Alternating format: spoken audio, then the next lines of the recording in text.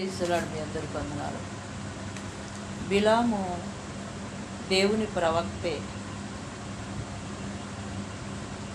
బాలాకురాజు ఇంటిడ బంగారం ఇస్తానని చెప్పారుగా, ఇజ్రాయిల్ని శపించడానికి బాలాకురాజుతో కలిసి వెళ్ళటానికి బిలాము ఒకసారి ప్రార్థన చేసినప్పుడు దేవుడు వద్దని చెప్పాడు. అయినప్పుడు కూడా బాలాకురాజు ఎప్పుడైతే ఇంటడు బంగారం అని చెప్పాడో ఇప్పుడు మరలా ప్రార్థన చేశాడు బిలాము. దేవుడు సరే ఎల్లు, కానీ అక్కడ నేను ఏ మాట అయితే నీ నోట పెడతానో ఆ మాట చెప్పాలి అని చెప్పి పంపించాడు.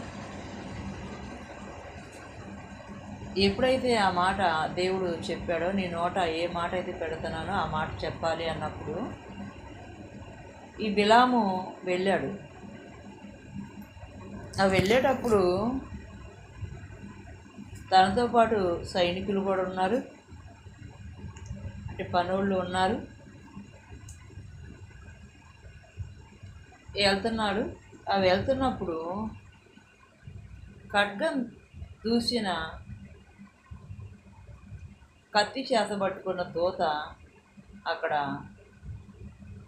నిలబడటం జరిగింది. గాడిద ఆ దూతను చూసి వెనక్కి వచ్చేసింది. అంటే భయపడి ముందుకెళ్ళకుండా ఆగినప్పుడు బిలాము కొట్టాడు గాడిదని. అయితే మరొక మార్గాన్ని బయలుదేరి గాడిద వెళ్తుంటే ఈసారి ఖడ్గం చూసిన దూత అక్కడ ఎదురుగా నిలుచునేక ఆ దారి లేక కూలబడిపోయిందంట. ఒకసారి ఏమో కాలుని గోడకు అదిమింది. అప్పుడు బిలాము కొట్టాడు గాడిదని. మరలా ఒకసారి ఇక చేసేది ఏం లేక కూలబడిపోయింది బిలాంతో సహా. ఆ కూలబడినప్పుడు బిలాము కర్రతో గాడిదని కొట్టినప్పుడు దేవుడు గాడిదకు నోరు ఇచ్చినాడు. ఆ నోరు వచ్చిన తర్వాత ఇప్పుడు గాడిద అంటుంది, నేను ఎప్పుడన్నా ఇంతకాలంలో ఎప్పుడన్నా ఎదురు తిరిగానా అని, నువ్వు నన్ను ఎందుకు పడుతున్నావు అని చెప్పేసి అక్కడ గాడిద మాట్లాడిన తర్వాత అప్పుడు దేవుడు బిలాము కన్నులు తెరిస్తే అప్పుడు ఆ దూత కనపడుతున్నాడు.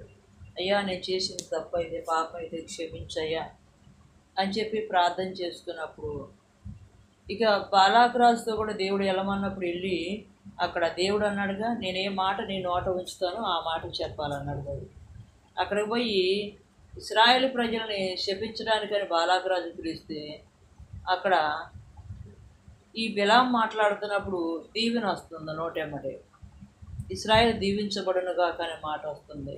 బాలాకురాజుకు చాలా కోపం వచ్చేసింది.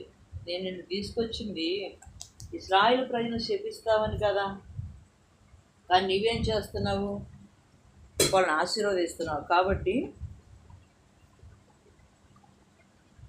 నేను నిన్ను ఘనంగా ఉంచాలనుకున్నా, కానీ మీ దేవుడు నిన్ను ఘనంగా ఉండట్లేదు, నేను నిన్ను ఘనపరుద్దాం అనుకున్నానని చెప్పి అక్కడ బాలాకురాజు అంటం జరిగింది. చూడండి, ఇక్కడ బిలాం అంటాడు, ఇశ్రాయేలుని దీవించుట యెహోవాకి ఇష్టమాయెను. యాకోబులో ఏ వంకరతనం లేదు, ఏ మంత్రం కూడా లేదు ఇశ్రాయేల్లో కానీ యాకోబులో కానీ. అందుకని ఇశ్రాయేల్ని, యాకోబుని ఆశీర్వదించడం దేవునికి ఇష్టమైంది, తన ప్రజలను ఆశీర్వదించడం దేవునికి ఇష్టమైంది. Praise the Lord. చూడండి, దేవుడిని దీవించాలి అనుకున్నప్పుడు ఎన్ని అడ్డంకులు వచ్చినా, ఎంతమంది ఏ విధంగా నేను శపించినా కూడా శాపం నీ మీద పనిచేయదు. దేవుడు దీవించాలనుకుంటే ఖచ్చితంగా దీవిస్తాడు దేవుడు. Praise the lord.